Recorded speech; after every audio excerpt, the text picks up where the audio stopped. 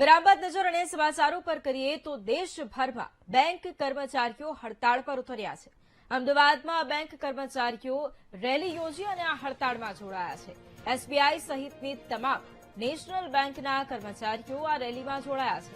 મોટી સંખ્યામાં બેંક કર્મચારીઓએ હડતાળમાં જોડાઈને વિરોધ નોંધાવ્યો છે। અઠવાડિયામાં 5 દિવસ કામગીરીની કર્મચારીઓ માંગ કરી રહ્યા છે।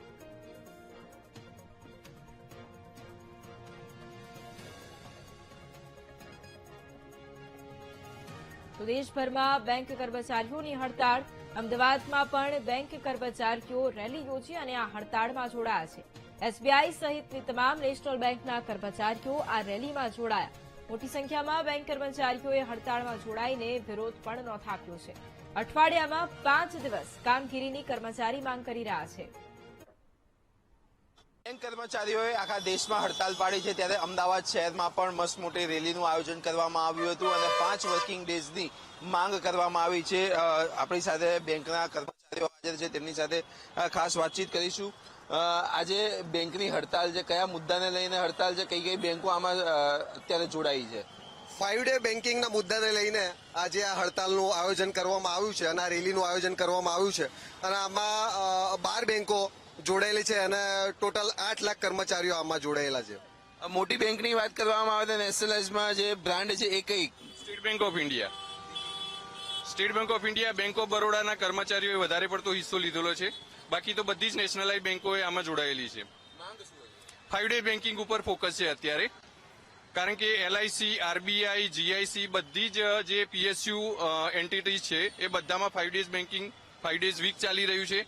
તો સ્ટેટ બેંક અને બીજી નેશનલાઇઝ બેંકોએ યુએબીયુનું જે 9 યુનિયનનું જે કોન્સ્ટિટ્યુશન છે એની અંડરમાં આ હડતાલ પાડેલી છે અને મુખ્ય માગણી 5 દિવસનું બેન્કિંગની જોડાયેલી છે આની અંદર।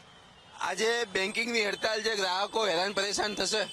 ના, અમારા બેન્કિંગમાં ઓલ્ટરનેટ ચેનલ્સ ઘણા બધા છે। ડિજિટલ બેન્કિંગ છે, યોનો છે, ઇન્ટરનેટ બેન્કિંગ છે। ગ્રાહકોની અસુવિધા ના થાય એના માટે પહેલેથી જ વેલ ઇન એડવાન્સ એટીએમ અને બધું જ કરવામાં આવી ગયું છે અને છેલ્લા 10 વર્ષની અમારી ડિમાન્ડ છે 5 ડેઝ બેન્કિંગ। જ્યારે નોટબંધીમાં જરૂરિયાત હતી ત્યારે સૌથી પહેલા બેન્કર હતા। કોરોના કાળમાં પણ બેન્કરોએ પોતાનો જીવ જોખમમાં મૂકીને પણ સેવા પૂરી પાડી છે। અમારી એક જ માંગ છે 5 ડેઝ બેન્કિંગ। 5 ડેઝ બેન્કિંગને લઈને વાત કરવામાં આવે તો ભાઈ કલાકો વધી શકે છે તમારા કામના? હા, યુએફબીઓ જોડે જે કરાર થયો છે તે પ્રમાણે 40 મિનિટમાં બેન્કિંગ અવર્સમાં વધારો કરવાની વાત થયેલી છે। જે બી યુનિયન જોડે મીટિંગ થઈ છે તેમાં 40 મિનિટનો સમયગાળો વધારવામાં આવ્યો છે અને 5 ડે બેન્કિંગ કરવાની માંગ છે। 5 ડે બેન્કિંગની વાત કરવામાં આવે તો જે અત્યારે હાલમાં જે પરિસ્થિતિ છે એમાં શું ફરક શું પડી શકે છે અને જો નહીં થાય તો શું કરશો હવે? 5 ડેઝ બેન્કિંગ એ લગભગ જેમ આ મેડમે કીધું એમ 10 વર્ષથી બેંક કર્મચારીઓ માગણી કરી રહ્યા છે। વર્ક લાઈફ બેલેન્સ માટે 5 ડેઝ બેન્કિંગ જરૂરી છે અને એના કારણે ડિજિટલ પ્લેટફોર્મ કસ્ટમર ડિજિટલ પ્લેટફોર્મનો વધારે યુઝ કરશે। તેથી જે આપણા મોદી સાહેબનું જે સપનું છે ડિજિટલ ઇન્ડિયાનું તે સાકાર થશે।